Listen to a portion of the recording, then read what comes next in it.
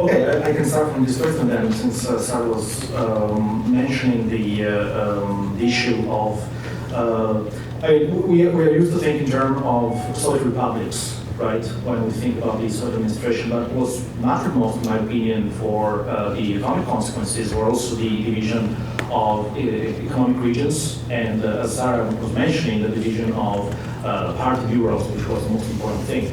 And so the fact that Central Asia was an economic region governed by the Central Asian Bureau of the party that had to turn cotton to the center was crucial also in order to save also the so-called nomadic population of Central Asia from the famine that instead happened in Kazakhstan.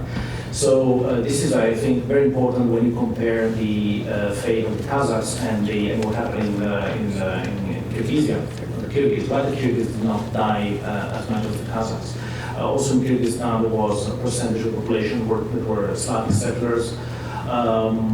There were also livestock procurements and grain procurements, but for a series of different reasons, and the most important of which I think is the fact that Kyrgyzstan was inside the Central Asian economic region, and from Central Asia, the main the extractive policy of the state were not aiming at extracting a lot of grain and livestock. Kyrgyz fared much better than the Kazakhs. So the Karabakh question is very interesting because Karabakh was inside Kazakhstan. Then in summer 1930, it was detached from Kazakhstan and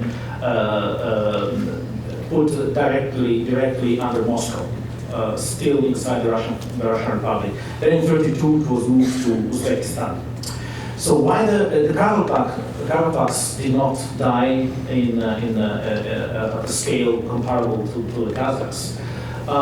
So why so? Actually, Kazakhstan became, for those who don't know, Kazakhstan is an autonomous region in the westernmost part of Uzbekistan now, so just south of the Aral Sea.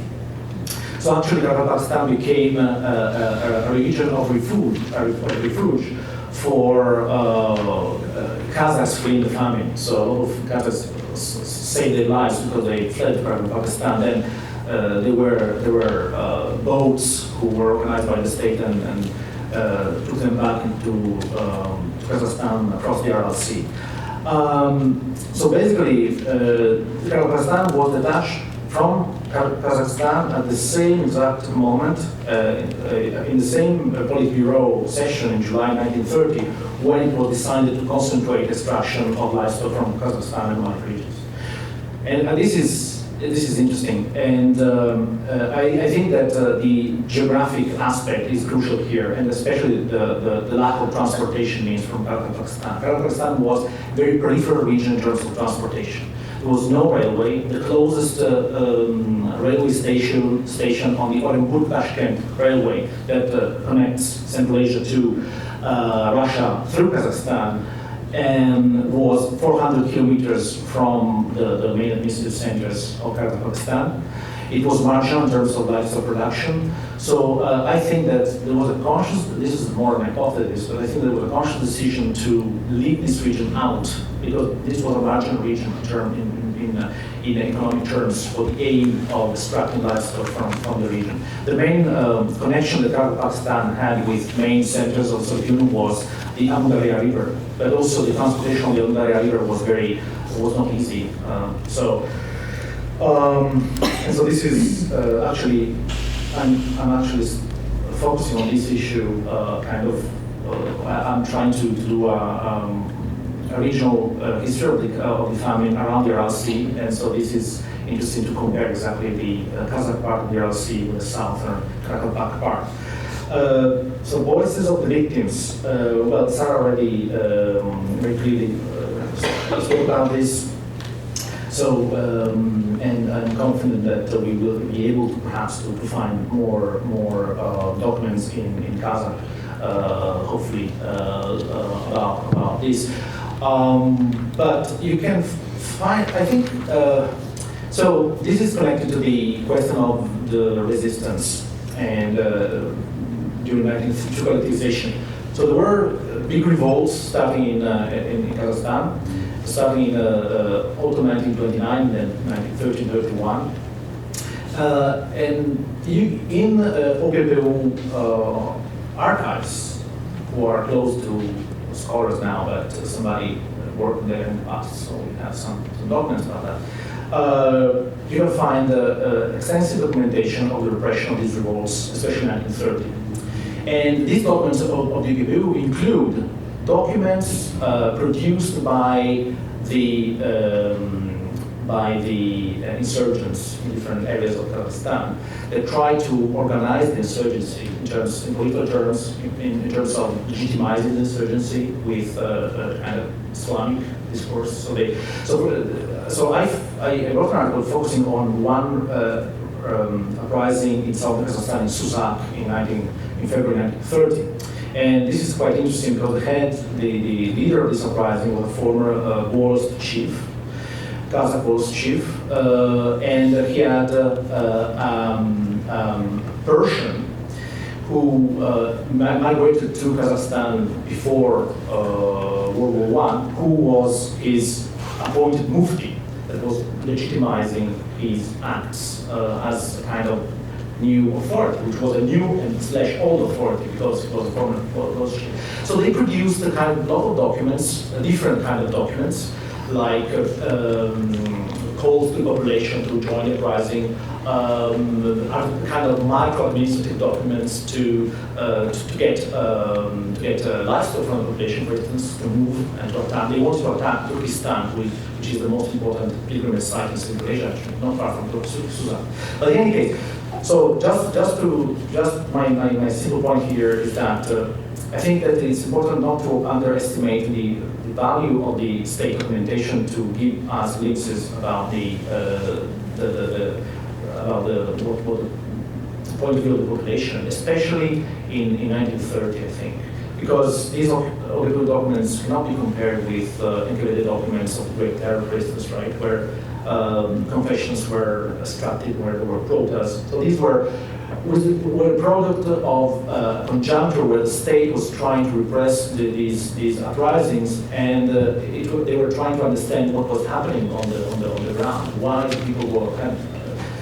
people organized an uprising in that specific rayon? What happened?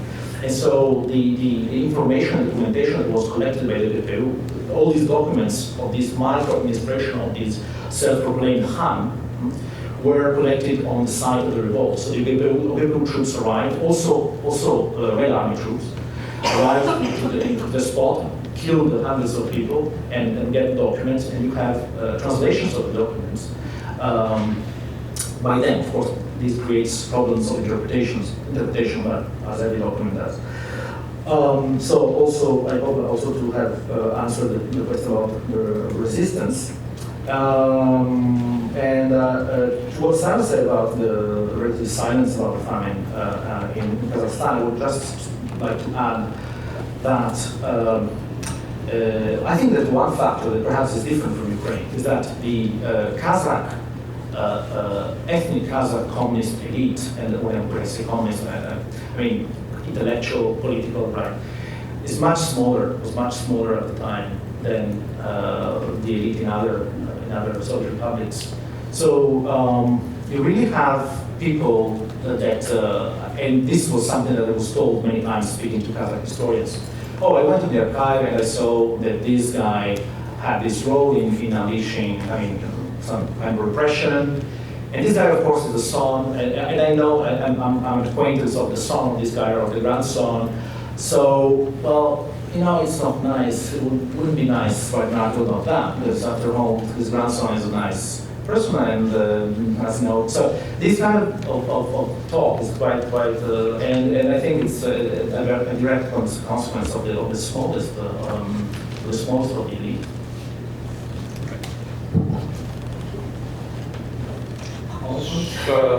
As I understand it, you asked the extent to which the state went to make the peasantry comply with procurement in order to make it totally dependent on the state. Well, I was wondering about the rationale why It means Okay. that the pattern of winds. So there are two answers I have to your question. The first is I don't know. And the second one is to take a guess. Let's assume that was the state's goal, right? I don't know who in the state had that goal, but let's assume it was. The problem with it is that, first of all, if the state did that, it had to then deliver. If they're dependent, right, it's got to convince them the dependency is worth something, so it has to deliver. And we know, going back to Lucian's paper this morning, and what we know about the Great Leap Forward and the famine, that it delivered to the cities, not as much as some people think, but delivered to the cities first, and then the countryside, was second, and it often got the crumbs, and the crumbs dried up. So that doesn't work for dependency, right? There's an even larger problem, and that is, this gets back to something that my colleague Kimberly Mann just mentioned a while about what the nature of the state was. Was it really a paper-client machine?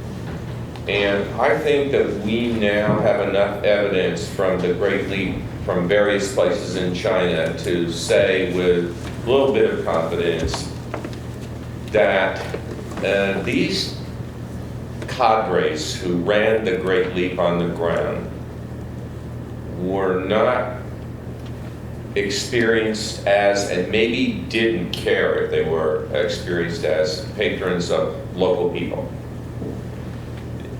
These people were very ungiving, crude base elements.